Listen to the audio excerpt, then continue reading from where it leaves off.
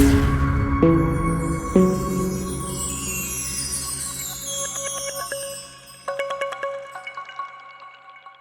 اللہ الرحمن الرحیم۔ السلام علیکم ورحمۃ اللہ وبرکاتہ۔ ویلکم ٹو تعلیم القرآن چینل۔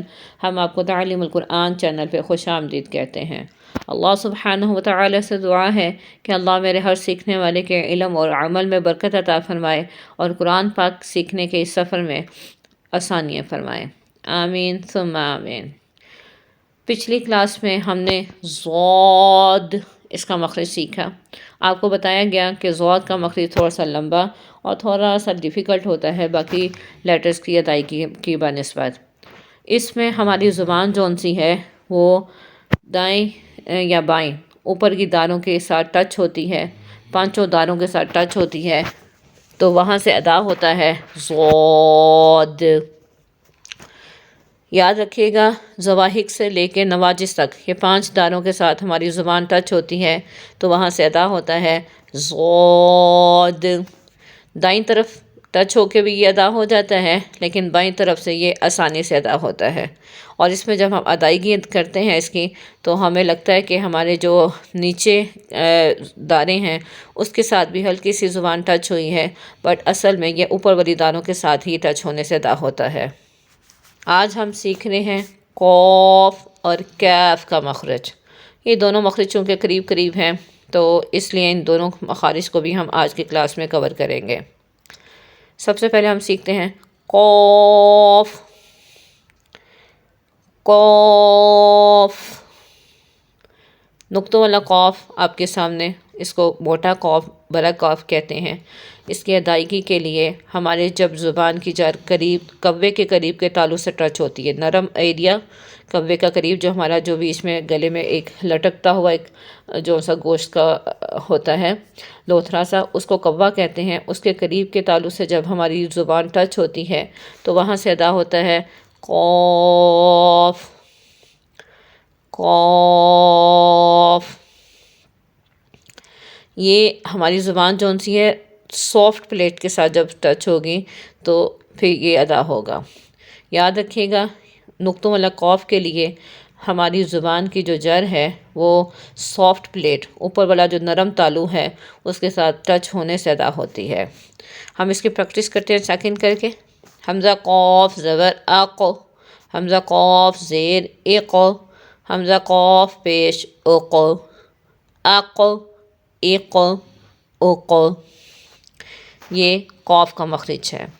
یہ آپ کے سامنے دوسرا کاف کیف، اس کو باریک کاف ڈنڈی والا کاف بھی کہتے ہیں۔ یہ بھی قاف کے قریب قریب کا مخرج ہے اس کا، تو آج اس کو بھی کلیئر کریں گے۔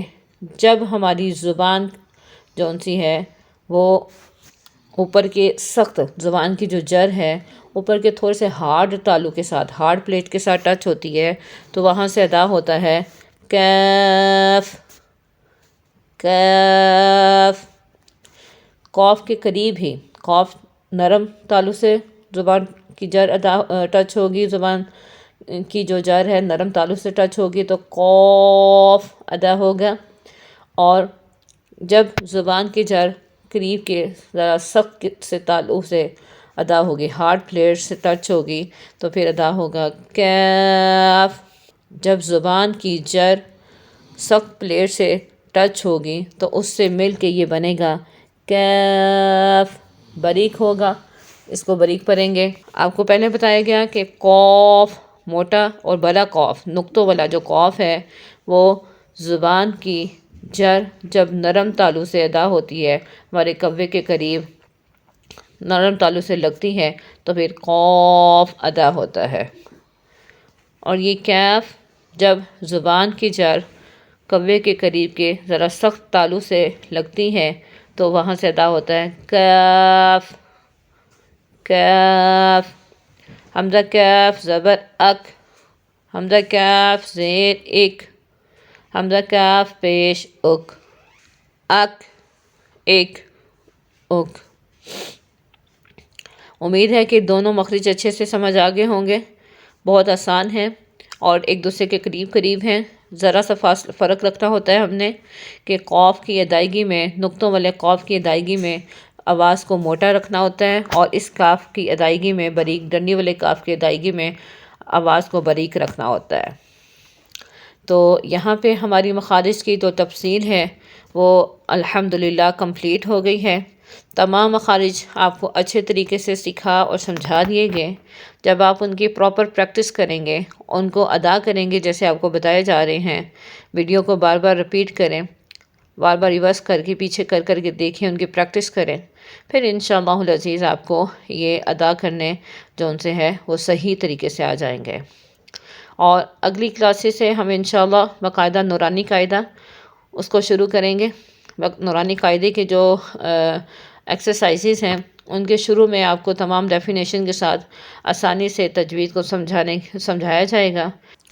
انشاءاللہ العزیز اگلی کلاس سے ہم نورانی قاعدے کو باقاعدہ تجوید کے ساتھ شروع کریں گے۔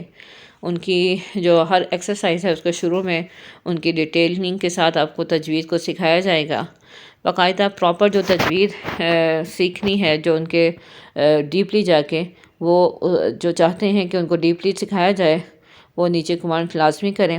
پھر انشاءاللہ العزیز ان کے لیے علیحدہ سے باقاعدہ تجوید کی کلاسز بھی کی جائیں گی، لیکن تمام بہن بھائی آسانی کے ساتھ قرآن پاک کو تجوید کی ہاؤ ناؤ سے جانتے ہوئے سیکھ جائیں پڑھنا، ہمارا یہی مقصد ہے، اور ہم اسی مقصد کے لیے کوشش کر رہے ہیں کہ پراپر اور ڈیپلی جو تجوید سیکھنے کے خواہش رکھتے ہیں ان کے لیے علیحدہ کلاسز ہو جائیں، اور جو اچھے طریقے سے اور بہترین طریقے سے پڑھنا چاہتے ہیں مگر وہ ڈیپلی نہیں جا سکتے، یا ٹائمنگ، ہر ایک انسان چونکہ آج کل ٹائم کی کمی کا شکار ہے، تو وہ اس طریقے سے ان کے لیے آسانی کر دی جائے کہ ان کا پڑھنا بہترین ہو جائے اور ان کو زیادہ ڈیپلی جائے بنا ہی قرآن پاک جون سا ہے وہ اچھے طریقے سے پڑھنا آ جائے۔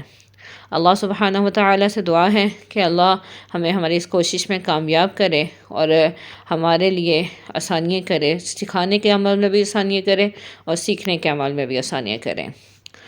اگلی کلاسز میں انشاءاللہ نورانی قاعدے کو تجوید کے ساتھ شروع کرتے ہیں۔ تب تک کے لیے اجازت دیجیے۔ اللہ ہم سب کا حامی ناصر ہو۔